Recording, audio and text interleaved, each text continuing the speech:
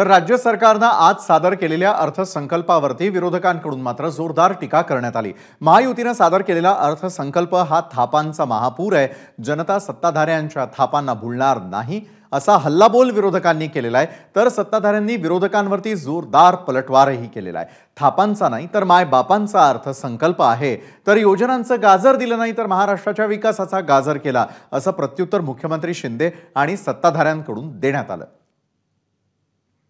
गेले 10 वर्ष भारतीय जनता पक्षाच्या आश्वासनांना आणि थापांना कंटाळून चिडलेल्या महाराष्ट्राने जो काही त्यांना दणका दिला, त्या दणक्याने आता यांचे डोळे थोडेसे किलकिले झाल्यासारखे वाटतायत। तरी देखील जनता यांच्या थापांवरती विश्वास ठेवेल असं मला काही वाटत नाही। आजचा हा अर्थसंकल्प म्हणजे आश्वासनांची अतिवृष्टी होती, त्याच्यामध्ये थापांचा महापूर आहे आणि सगळ्याच घटकाला आपल्या सोबत जोडून नेण्याचा एक खोटा प्रयत्न, ज्याला देवेंद्रजींच्या भाषेत खोटं नरेटिव्ह असंच या अर्थसंकल्पाचं एक वर्णन करावं लागेल।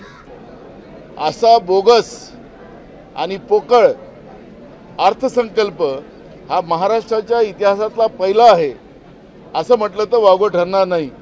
आणि म्हणून आजच्या या अर्थसंकल्पाला महाराष्ट्राच्या जनतेची दिशाभूल करणारा हा अर्थसंकल्प आहे असं आमचं मत आहे। आणि म्हणून महाविकास आघाडी म्हणून अशा या फेकू आणि जुमलेबाज अर्थसंकल्पाचा आम्ही विरोध करतोय। उद्धवजी म्हणाले हा थापांचा अर्थसंकल्प आहे, हा थापांचा नाही, हा आपल्या मायबापांचा अर्थसंकल्प आहे। विरोधी पक्षाचे लोक या ठिकाणी बोलत होते आणि आम्ही टेलिव्हिजनवर बघत होतो, त्यावेळी त्यांच्या बोलण्यात जोर नव्हता, त्यांच्या चेहऱ्यावर नूर नव्हता, चेहरे उतरलेले होते आणि केवळ टीका ते करत होते। पण मला असं वाटतं हा अर्थसंकल्प महाराष्ट्रामध्ये एक नवीन इतिहास तयार करणारा आहे।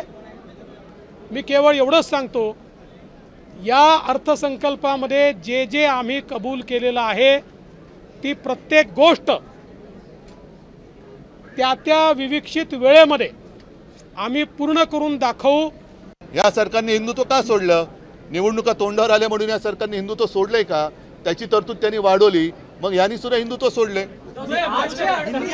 आर्थिक तरतुदीबद्दल कुठेही याच्याबद्दल उल्लेख नाही। म्हणजेच काय, हे गाजराची पुंगी ज्याला म्हणतो, वाजली तर वाजली नाही तर मोडून खाल्ली, हा गाजरांचा अर्थसंकल्प आहे, गाजर दाखवण्याचा प्रकार आहे। आर्थिक तरतूद याच्यामध्ये कुठेही दाखवलेली नाही आहे आणि त्याच्याबद्दल आम्ही जशी माहिती आम्हाला मिळेल तसतसं येत्या काही दिवसांमध्ये सगळ्यांची सल्लामसलत करून आम्ही त्याच्यावरची मतं मांडूच। कुछ लोग कहते हैं ये चुनावी जुमला है, लेकिन ये चुनावी जुमला नहीं है, ये कोई कहते गाजर है, तो बोले ये महाराष्ट्र विकास का गजर है, ये निश्चय और निर्धार का अर्थसंकल्प है। इतना ही मैं कहूँगा। आने वाले विधानसभा के चुनाव में कुछ घटकों को खुश करने का प्रयास, आखिरी प्रयास मैं कहूँगा, आखिरी दाव मैं कहूँगा, ये खेलने की कोशिश आज इन्होंने की है।